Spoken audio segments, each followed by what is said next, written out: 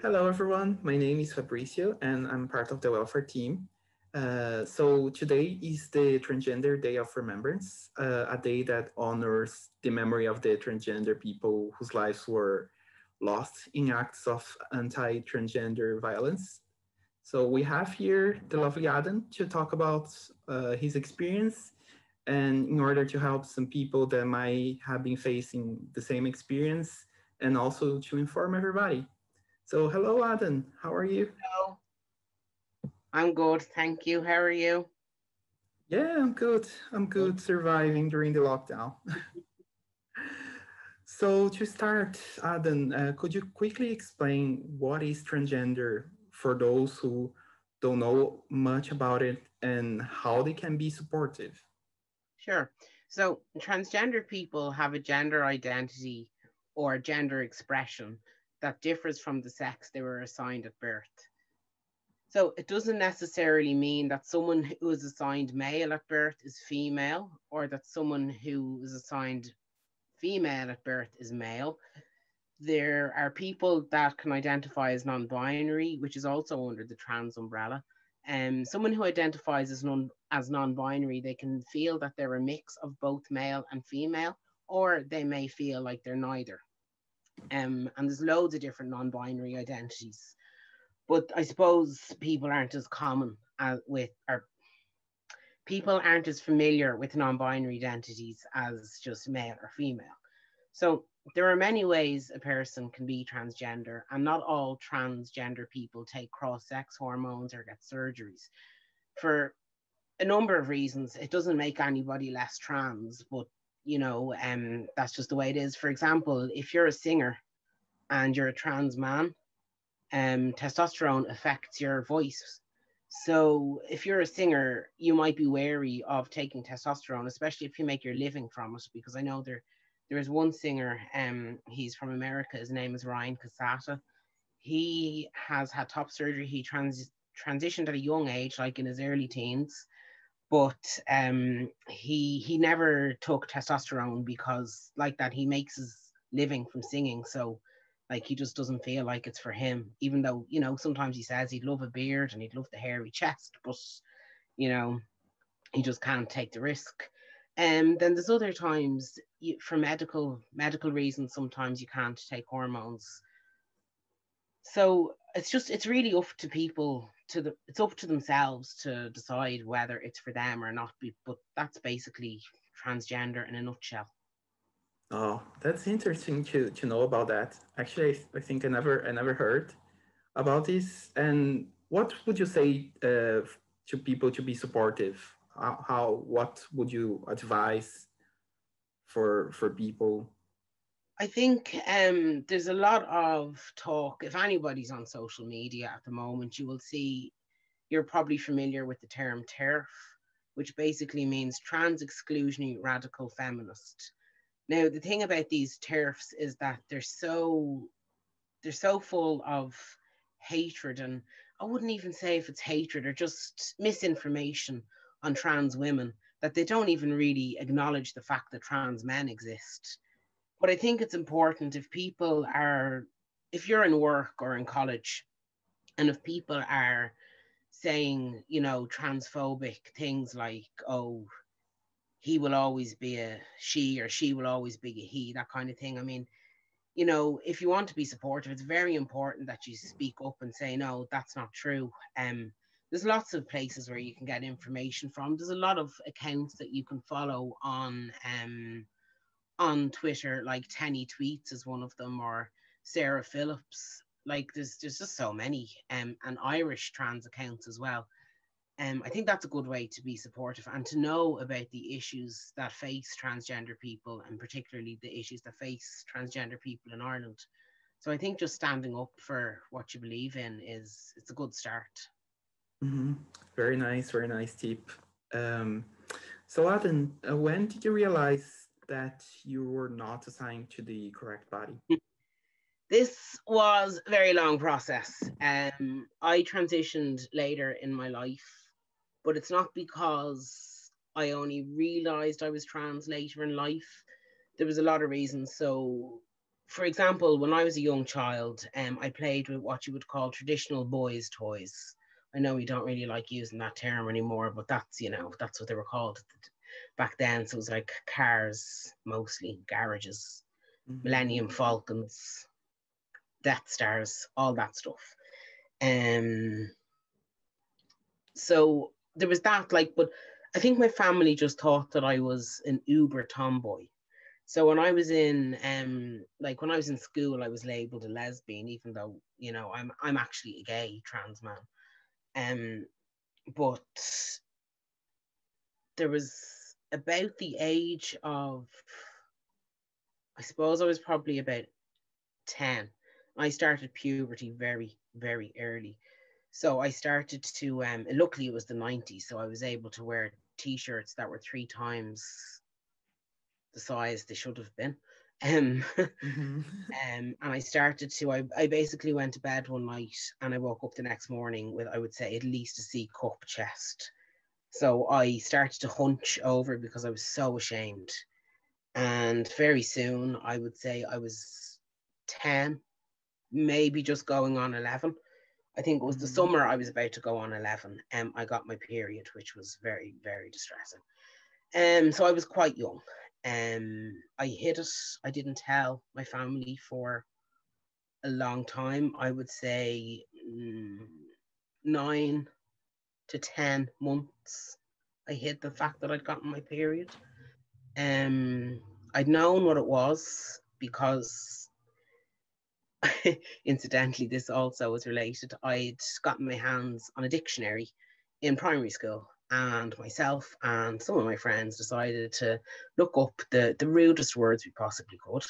We looked up a load of words, and one of them was, you know, about menstruation, but the other one was about sex. But I'll come back to that in a minute. So I was quite young. So let's say 11, 10, 11. So I'd recently learned the semantics of sex through this dictionary. And at around the same time, I'd started stealing the men's underwear in my life. So the men's underwear in my life. So I started stealing underwear from the men in my life, and putting socks in them. But I, when your period starts, it's very irregular. So, you know, you might get your first period and then you might get another bleed for maybe a month, or like obviously a month or 2 months or a month and a half, that kind of thing. So I think it was about my third one. And I had been, you know, going through the this newfound thing I had where I just steal my father's underwear or my sister's boyfriend's underwear. And you know, I'd been doing that, and my period was about 3 months late, maybe 2.5 months late.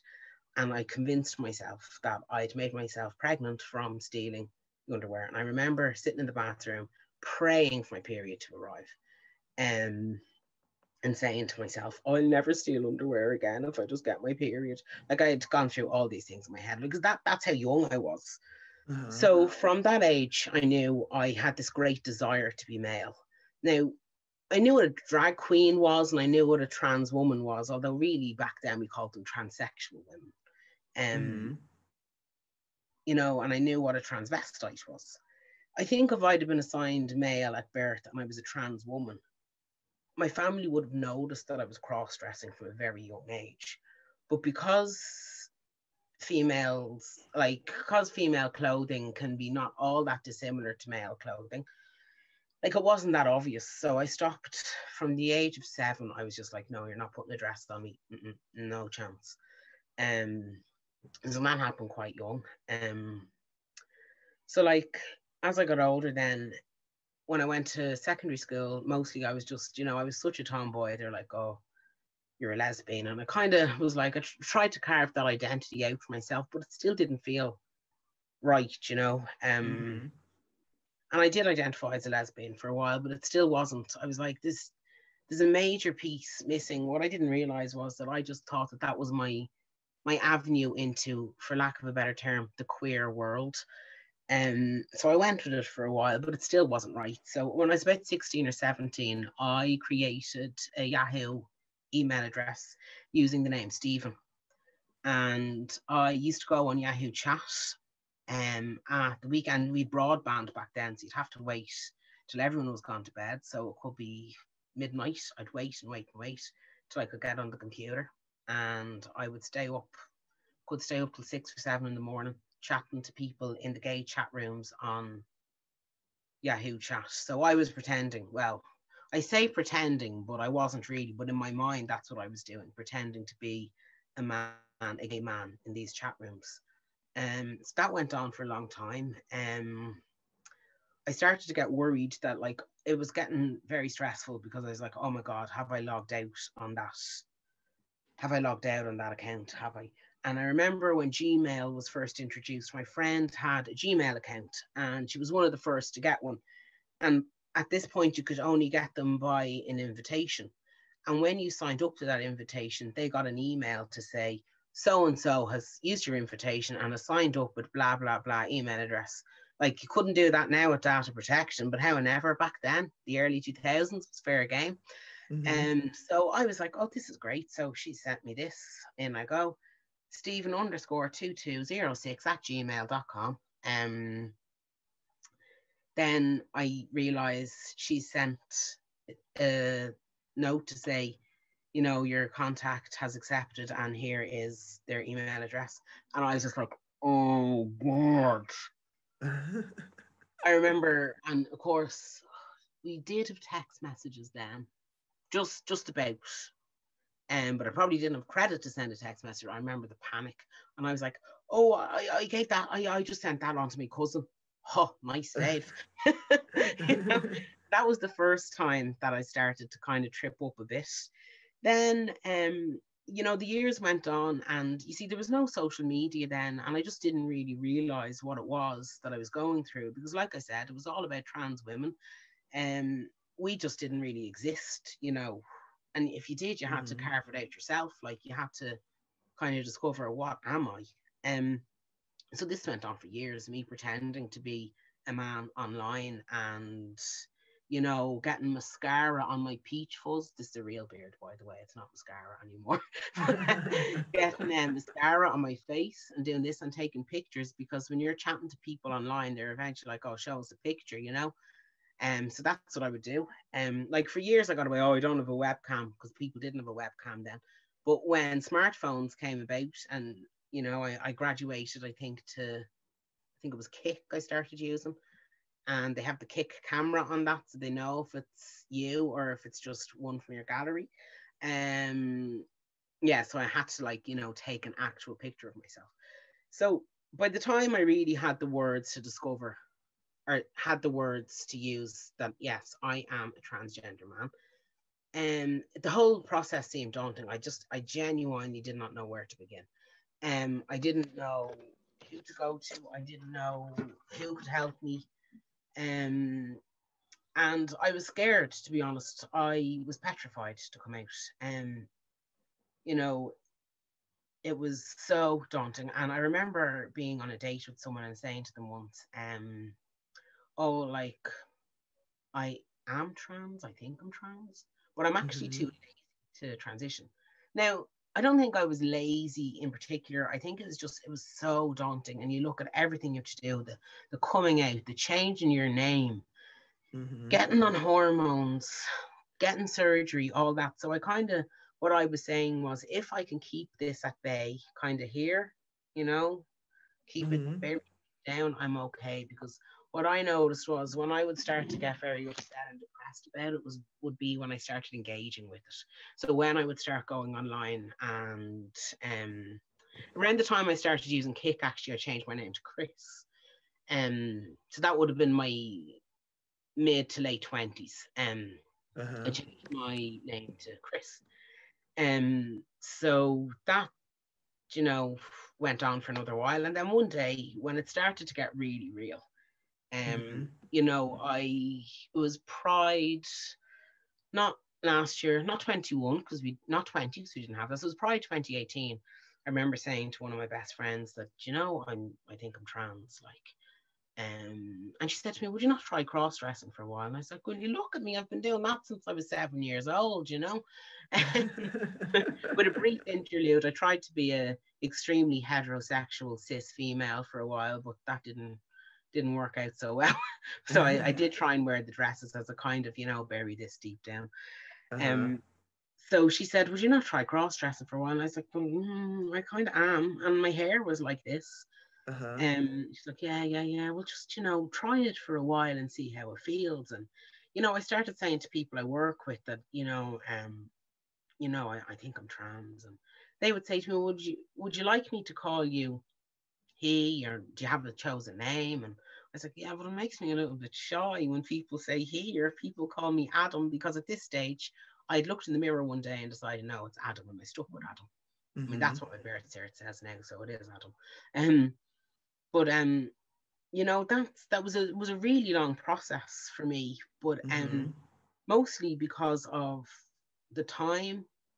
It's very rare that you find transgender men that have been out since. Oh, it's completely different now. Like, there's a lot of children and teenagers that will come out as transgender men now. But I mean, I don't really know that many of them that are my age that have been on hormones since they were, like, people can get on hormones now when they're 18, but I Mm-hmm. don't actually really know. None of my friends that I know of that are around my age have been on hormones like since they were 18. So that Mm-hmm. was my process of, coming to terms with who I am. Yeah, I can imagine it was a really long and hard process. It was, yeah. Uh, yeah, but and when you start transitioning, how was for you? How did you feel? Uh, So like I said, I've been burying this down a long, long time, and anyone that knows any of the bases of psychology, that doesn't work. It just doesn't. So what was happening to me was I was having extreme episodes of depression mm-hmm. and suicidal ideation, and it was happening a lot and a lot, and they were getting worse and worse, and the ideation was becoming more proactive, and it was really just getting no. I decided this has to stop. um I can remember sitting on the bus on my way home from work once, a couple of years ago, and just sitting down the back of the bus and crying and thinking, anyone gets on this bus, they're going to be like, oh, that mad. Someone sitting down the back of the bus crying their eyes out, because I couldn't control it anymore. Mm-hmm. I'd be walking down the street and I would just start crying. Um, so I sent a text message to my therapist and I said, Robert, I need to talk to you tonight about gender. Don't let me back out of it. We need to talk about this. So I Mm-hmm. went into Robert and I said to him, look, I'm transgender. And he's like, why are you only telling me this now? And I was like, well, you know me, it takes a while.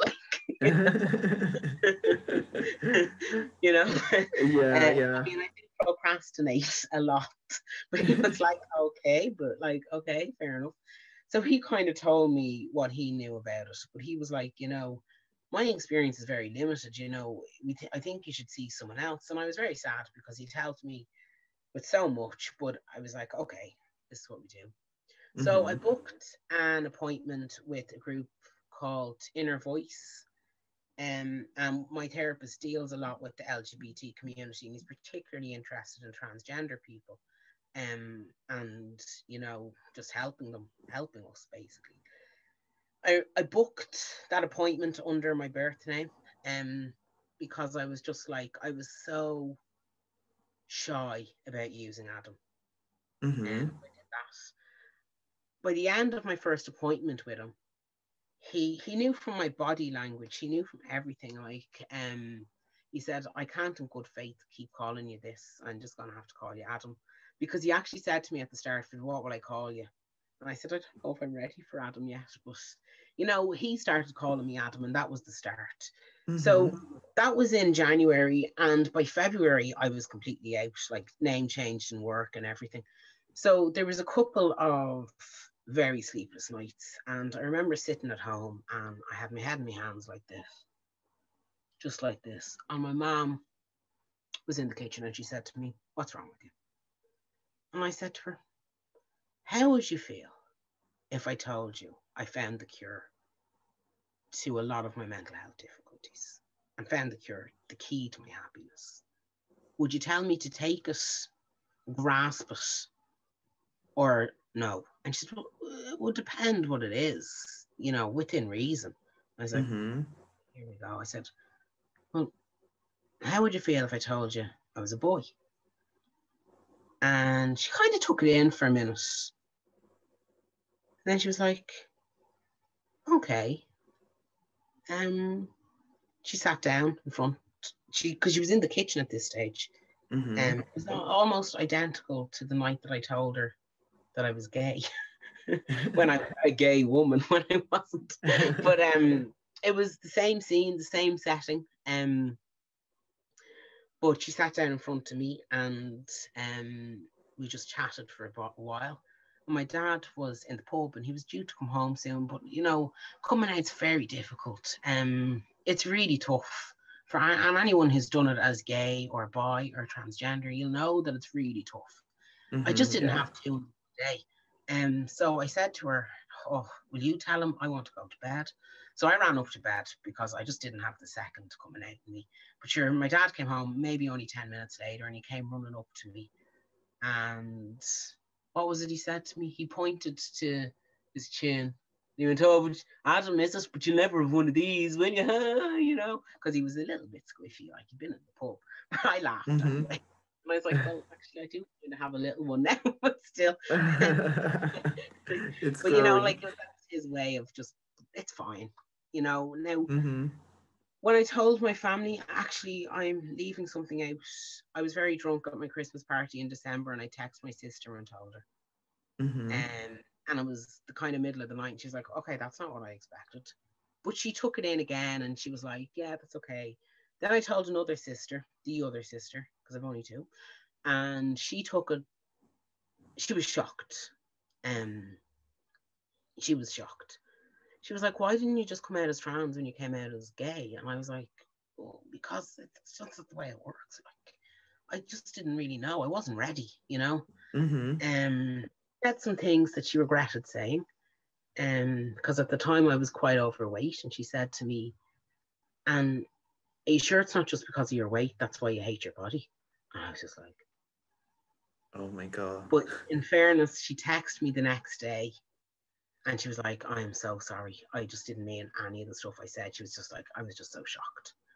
So my family were great. Like initially they were fantastic, and like they are amazing. There was a little wobble or two in the middle.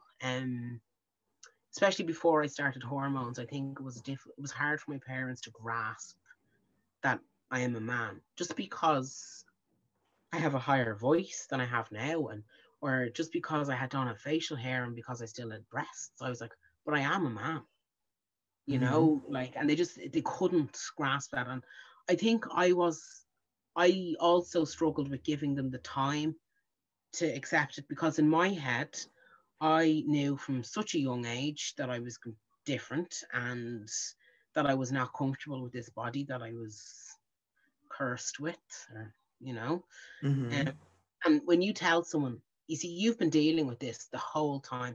When you come out, they literally just know as soon as you tell them, and you're looking at them, so you're expecting this response. So they have to come up with something. Mm-hmm. So I didn't give my parents enough.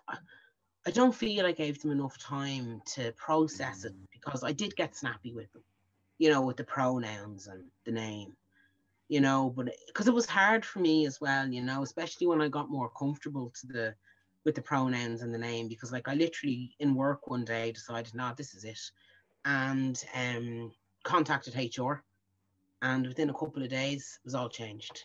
Mm-hmm. That was pretty easy, and all my friends were great.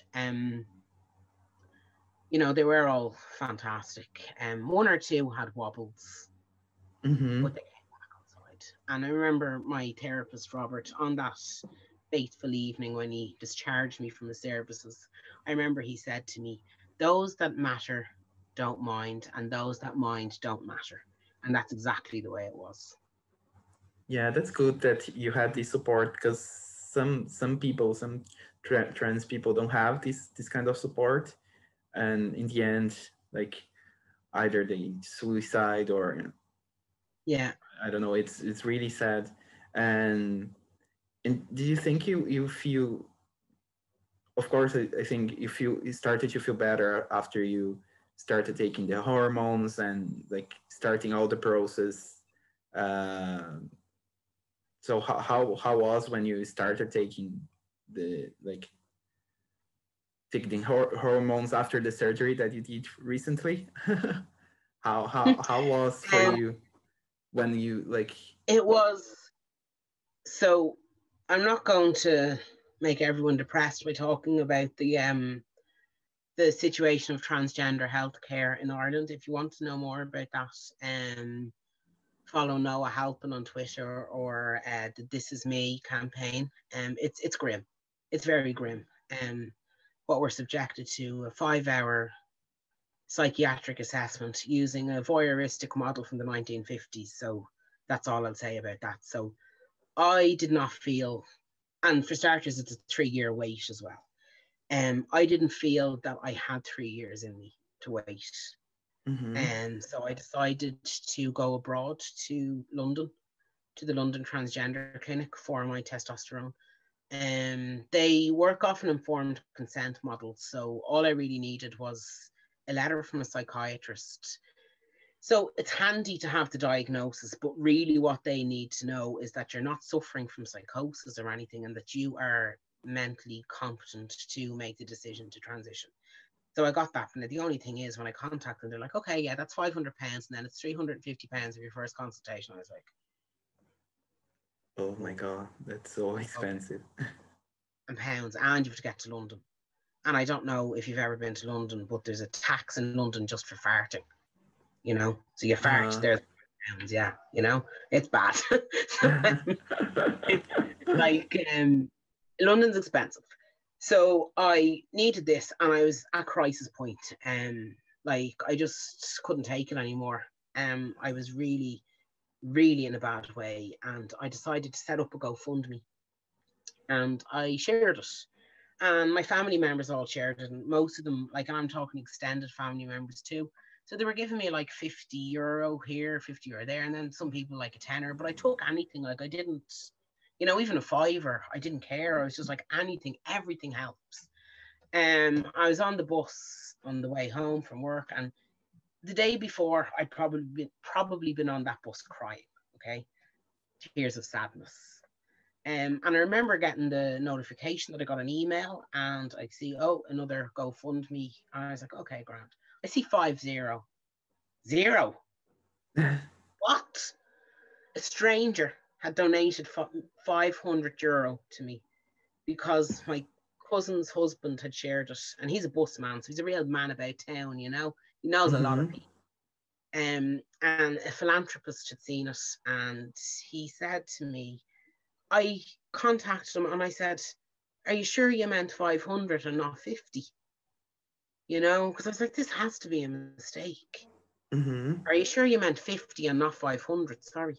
I was like, this has to be a mistake. And he said, no, I watched a program on what it's like to transition in Ireland and I just feel it's the right thing to do. I just Mm-hmm. couldn't. So, like, in that morning when I made the decision to contact the London Transgender Clinic, I was up here. But then I was down here when I found out the price. And Uh-huh. then on that bus journey home, I was right back up here. And by that evening, or by the next afternoon, sorry, I had the whole appointment made. Oh. Um, so the next week, I travelled to London and I got my psychiatric evaluation. And then there was a couple of months wait now because they were very busy then because they only had one nurse prescribing.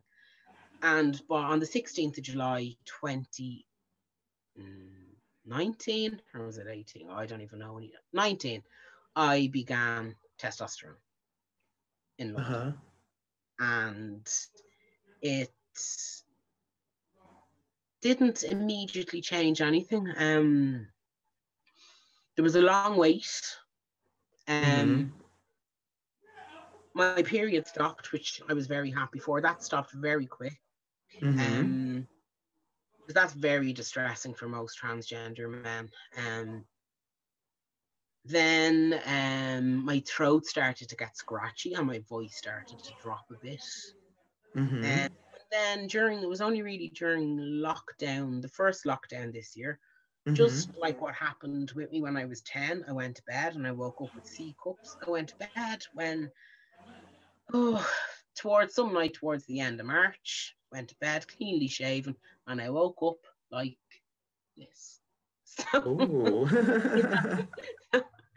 and we won't even talk about the hair everywhere else, but it's everywhere, you know. Probably the only person in the world that's happy to have a hairy back and a hairy belly. But that's good that now you're in the right way. You know like what's going on, and yeah, that's just great. So just to finalize the interview, so what advice did you give you to someone that's questioning their gender identity? What did you say to them? It's a bit different now to the way it was when I was younger, but I always say I wished I was only starting off now. The main thing is look at YouTubers, look at use social media. Like I know social media can be so toxic, but it can be so positive as well.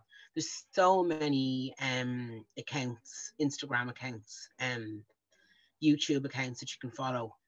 I also think you really need to talk to someone and don't bury it like the way I did, because nobody gained from that.